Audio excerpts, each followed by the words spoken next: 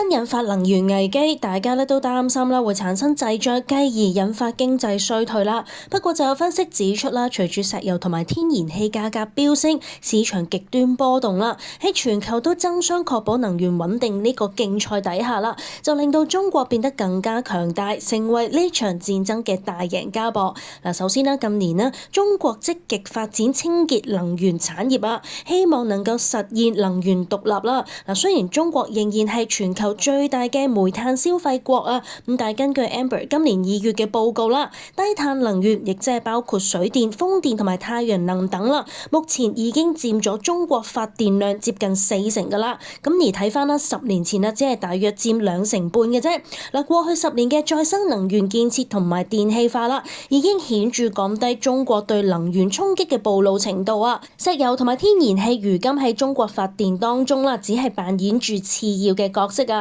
咁所以能源危機對於中國嚟講啦，衝擊係相對細噶。咁而且咧，中國啊作為全球最大嘅清潔技術生產國，依家咧就處於一個非常獨特嘅位置啦，就係可以協助唔同國家喺急於擺脫對中東能源依賴嘅當下完成轉型啊。嗱，從長遠嚟睇啦，大家都知道全球咧係冇辦法再依賴石油噶啦。呢項認知啦，加上今次嘅戰爭，就迫使亞洲作為中東石油中最大進口地區啦，就急速重新調整啊！嗱，各國政府啦都希望加速啦達至啦能源自主。嗱，好似日本啦、韓國啦同埋印度啦都積極尋求能源多元化啦。咁而中國啦，無論喺風電、太陽能同埋水電領域當中嘅技術同埋設備啦，都係名列前茅噶。所以要實現呢一項轉型所需嘅設備啦，最終都係會嚟自中國啊！如果大家都中意我呢類型嘅影片，就記得撳 like 同埋 subscribe， 仲有撳埋隔離嘅鐘仔，咁下次有新片呢，就會即刻通知你噶啦。我哋下條片見咯噃，拜拜。